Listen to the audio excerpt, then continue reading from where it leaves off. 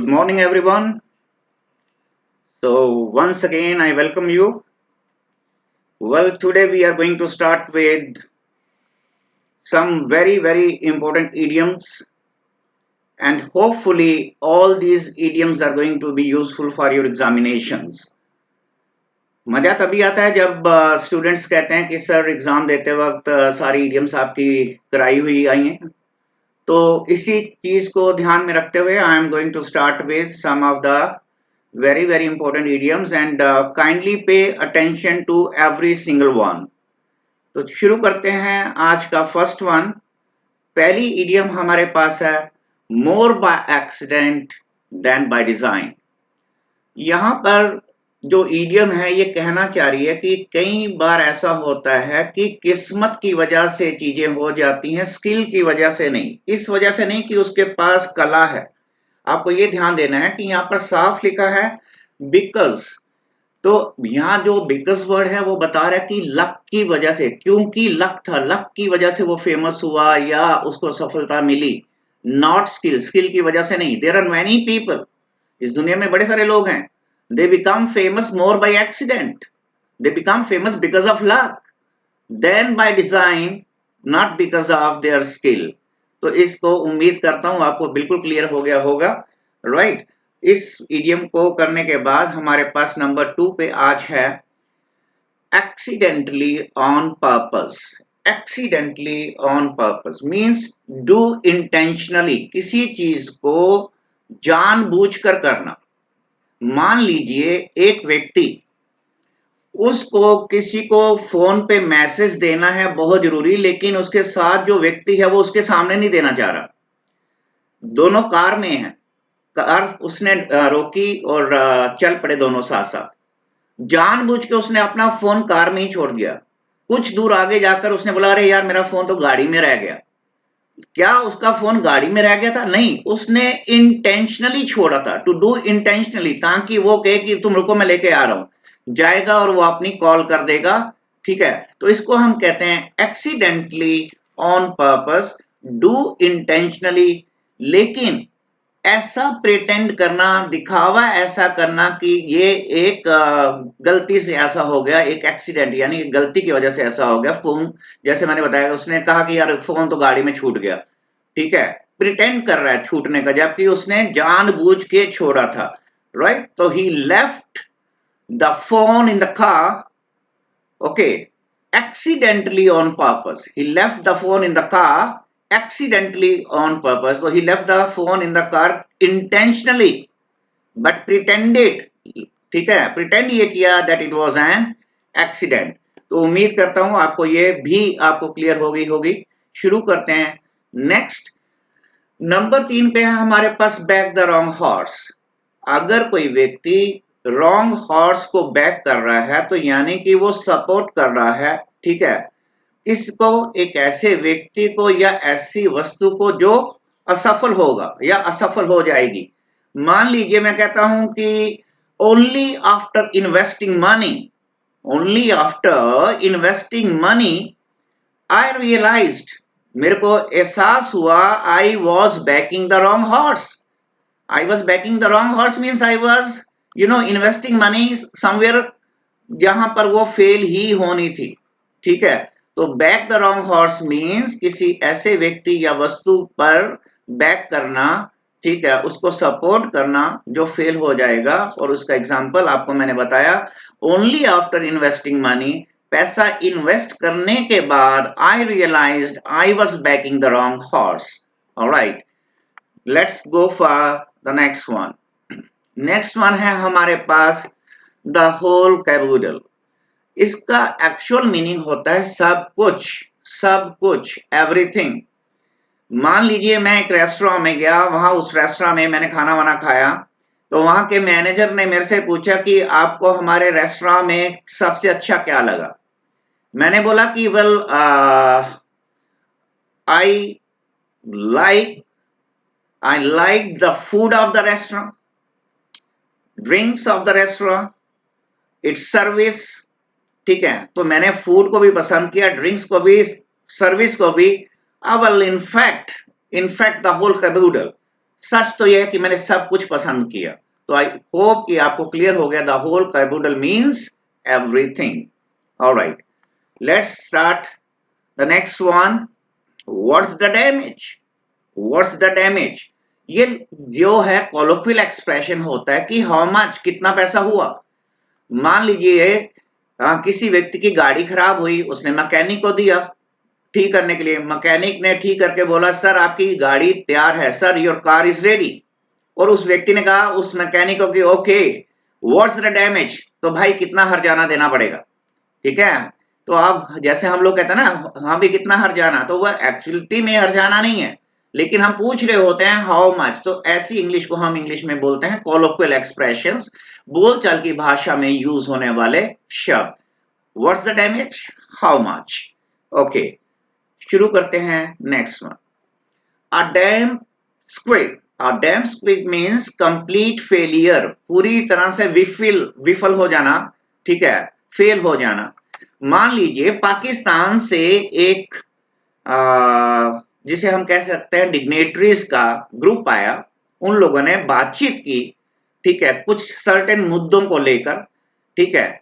और मीटिंग खत्म होने के बाद the meeting continued for 3 hours. Meeting continued for 3 hours, meeting 3 घंटे तक जारी रही। But eventually it proved to be a damp squib. लेकिन ये मीटिंग कैसी साबित हुई? फेलियर साबित हुई, उसका कोई फायदा, उस मीटिंग का कोई फायदा नहीं मिला। तो a damp squib means failure. Alright, अगली इडियम करते हैं हम। नेक्स्ट इडियम नंबर 7 पर है एन ईगर बीवर। ये वो व्यक्ति होता है जो बहुत मेहनत करता है, who works hard and eager to do things. ये हमेशा उत्सुक रहता है, कुछ भी करने के लिए तैयार रहता है, उत्सुकता के साथ तैयार रहता है कार्य को करने के लिए और बहुत मेहनत करता है। तो जैसे मैं कहता हूं कि well I know he is an eager beaver.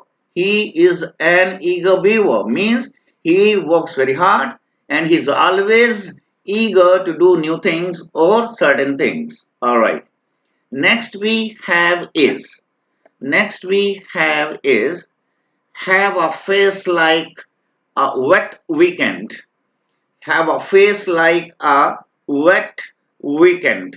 इसका मतलब होता है अनहैप्पी होना, राइट। जैसे कि मान लीजिए मैंने अपने फ्रेंड को देखा और मुझे लगा ये काफी उदास सा लग रहा है, अनहैप्पी लग रहा है, सैड लग रहा है। तो मैंने कहा what happened buddy, tell me, you have a face like a wet weekend, you look very unhappy, आप तो बड़े सैड लग रहे हो। तो उम्मीद करता हूं कि ये इडियम भी आपको क्लियर हो जाएगी। Next one is what's your game. What's your game means reason for somebody's behaviour.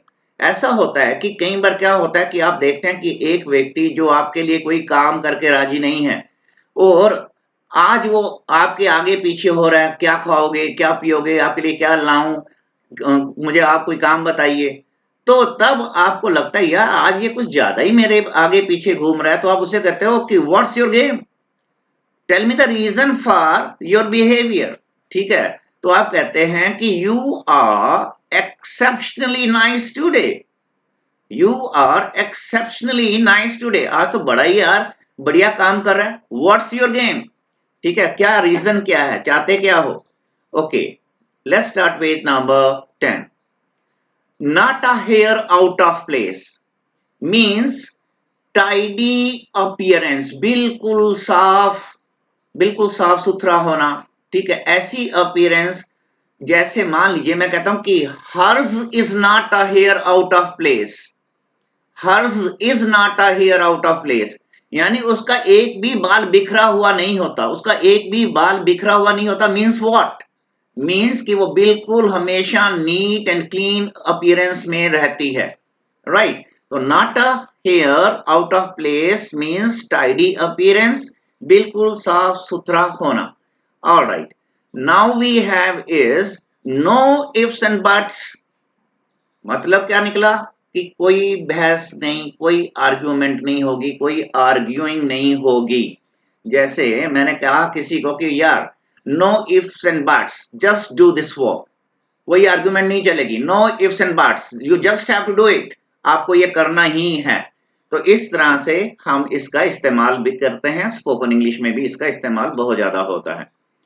Next, ये मैं कह सकता हूं आज की हमारी सबसे टफ रहेगी, ठीक है। तो सम टाइम्स हमें वो भी देखना होता है कि एग्जाम में क्या क्या आने के चांसेस होते हैं, तो उस हिसाब से मैंने यहाँ पर ये लिया। ये फ्रेंच भाषा से इंग्लिश भाषा में आई हुई ईडियम है, ठीक है। इसको प्रोनाउंस करना भी थोड़ा सा टफ है।